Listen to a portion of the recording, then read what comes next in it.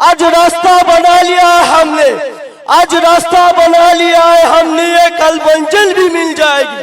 आज रास्ता बना लिया है हमने, कल मंजिल भी मिल जाएगी। और हौसले से बड़ी है मेरी कोशिश है, एक दिन जरूर रंग लाएगी। आजाद जिंदाबाद, इंडिया सेकुलर फ्रंट जिंदाबाद, नौशाद सिद्दीकी जिंदाबाद। অধিকার মানেটা কি? অধিকার দিবস মানেটা কি? আর একটা বিষয় নিয়ে বলবো, যে এটা হলো যে আইএসএফ হঠাৎ জন্ম হলো কেন এই বাংলার মাটিতে। অধিকার, আমি শেখ জিয়াউদ্দিন, আমি পেশায় হকার। রোজ সকালে আমি ভোর 5টার সময় আমার বাড়ি থেকে বেরোই। আমি ঠিক আমার বাড়ি থেকে 1 থেকে 1.5 ঘন্টা দূর রাস্তায় যাচ্ছিলাম। যেতে যেতে হঠাৎ দেখলাম 20 থেকে 25 জন মা বোন রাস্তা দিয়ে কাঁদতে একটা ইঞ্জিল ভ্যানের পিছনে ছুটে ছুটে যাচ্ছে। আমি একজনকে জিজ্ঞাসা করলাম, মা হঠাৎ আপনি কাঁদছেন কেন, কারণটা কি একটু বলা যাবে? বললো, বাবা কারণটা শুনবে, কিছু করতে পারবে বলুন। আমি বললাম, হ্যাঁ যদি চেষ্টা করি আমরা কিছুটা করতে পারবো যদি আপনি বলেন। বললো, বাবা লোকসভা ভোটে আমাদের এই বুথ থেকে 50টা ভোট বিরোধীদের কাছে গেছে। আর এই হুগলি জেলার কর্মদক্ষ বলে পরিচিত উনি এখন হজ করতে গেছে। উনি বলেছে যে ওই বুথের মানুষগুলো লোকসভায় বিরোধীকে ভোট দিয়েছে, ওনাদের রেশনগুলোকে বন্ধ করে দাও। অবাক লাগলো যে বিরোধীদের ঘরে ভোট দিলে যদি রেশন বন্ধ হয়ে যায়, তাহলে বিরোধীরা কি ভারতবর্ষতে ট্যাক্স দেয় না? জনগণ কি ট্যাক্স দেয় না? আমি একটা পেশায় হকার, আমি যদি সারাদিন মেহনত করে 20,000 টাকার মার্কেট করি, আমার ওই মার্কেটের পয়সা থেকে এই রাজ্য সরকার আর কেন্দ্রীয় সরকারকে মিলে 500 টাকা এই সরকার ট্যাক্স কাটে। কিন্তু দুঃখের বিষয় আমাদের গরিব অসহায় খেটে খাওয়া মানুষ যখন রাস্তায় হকারি করে, রাস্তায় ভ্যান চালায়, রাস্তায় টোটো চালায়, সেই মানুষ যখন অধিকারের কথা বলে তাদের রেশনটাকে বন্ধ করে দেওয়া হয়, ওই মানুষগুলোকে রেশন বন্ধ করে দেওয়া হয়। আমি সঙ্গে সঙ্গে ফোন করলাম জাঙ্গিপাড়ার ওসিকে। তখন জাঙ্গিপাড়ার ওসি ছিল অনিল রাজ।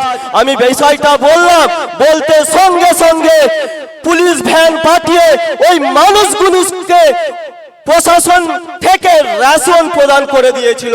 আর ওই মানুষগুলোর কণ্ঠকে উঁচু লেভেলে পৌঁছাবার জন্যই হলো ইন্ডিয়ান সেকুলার ফ্রন্ট। কাদের জন্য ইন্ডিয়ান সেকুলার ফ্রন্ট? হিন্দু, মুসলমান, দলিত, আদিবাসী, পিছিয়ে পড়ার মানুষের অধিকারকে ফিরিয়ে দেওয়ার জন্য ইন্ডিয়ান সেকুলার ফ্রন্ট। তোলাবাজদের জন্য নয় ইন্ডিয়ান সেকুলার ফ্রন্ট।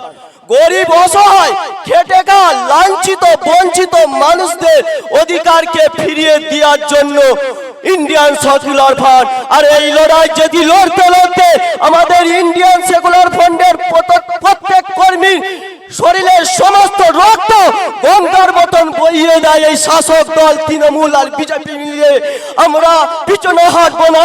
কেন? আমার দলের প্রতিষ্ঠাতা আব্বাস সিদ্দিকী বলেছে, এ লড়াই দেশকে বাঁচাবার লড়াই, এ লড়াই দেশের সংবিধানকে বাঁচাবার লড়াই, এ লড়াই গরিব হিন্দু, মুসলমান, দলিত, আদিবাসী, পিছিয়ে পড়া মানুষের অধিকার ফিরিয়ে দেওয়ার লড়াই।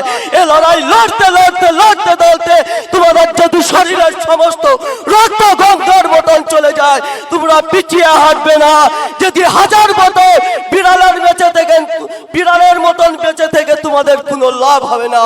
যদি শিখর মতন বেঁচে থেকে একদিন লড়াই করো, তুমি ইন্ডিয়ান, নাহলে তুমি ইন্ডিয়ান নয়।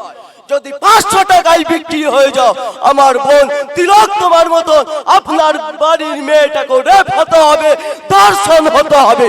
আমি এক ডাক্তার বাবুকে জিজ্ঞেস করেছিলাম, বলেন তো ডাক্তার বাবু, তিলক তোমার পোস্টমর্টমের রিপোর্টে কি আছে, উনার সাথে কি ঘটেছিল। আমার খুব কষ্ট হয়, যেই দিন ওই ঘটনাটা ঘটেছিল আমার একটা বাড়িতে 10 বছরের মেয়ে ছিল, জাসমিন বলে পরিচিত। আমি ব্যক্তিগত দিয়ে বলছি, আপনারা কিছু মনে করবেন না। যেদিন ঘটনাটা ঘটেছিল আমাকে বলছিল, আব্বা আব্বা তুমি তো এত আমাকে পড়ালেখা করাচ্ছ, এই পড়ালেখা করে তুমি আমাকে ডাক্তার করবে, কিন্তু দুঃখের বিষয় আমি পড়ালেখা করে ডাক্তার হব আব্বা, আর আজই করে আমার এক বোনকে রেপ করে ধর্ষণ করে মেরে দিল আব্বা। তাহলে আজকাল যদি আমাকে এইভাবে রেপ ধর্ষণ করে মেরে দেয় তা কি হবে। আমি বললাম, মা চিন্তা করতে হবে না, যতদিন তোমার বয়স আর যতদিন তুমি পড়ালেখা কমপ্লিট করে ডাক্তার হবে, আমরা ইন্ডিয়ান সেকুলার ফ্রন্ট শপথ নিচ্ছি এই সমাজ পরিবর্তন করেই ছাড়বো, এই সমাজ পরিবর্তন করে ছাড়বো। এই বলে আমার একটা বক্তব্য শেষ করলাম। ছোট্ট একটা বিষয় যেটা এপিজে আব্দুল কালাম বলে গেল, আমাদের কর্মীদের উদ্দেশ্য করে বলে দিচ্ছি, আমাদের কর্মীদের উদ্দেশ্য করে এই বক্তব্য একটা বলে দিচ্ছি। आज रास्ता बना लिया है हमने, आज रास्ता बना लिया है हमने, ये कल मंजिल भी मिल जाएगी। आज रास्ता बना लिया है हमने, कल मंजिल भी मिल जाएगी।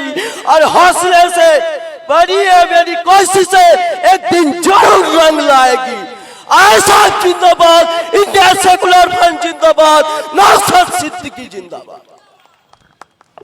असंख्य धन्यवाद।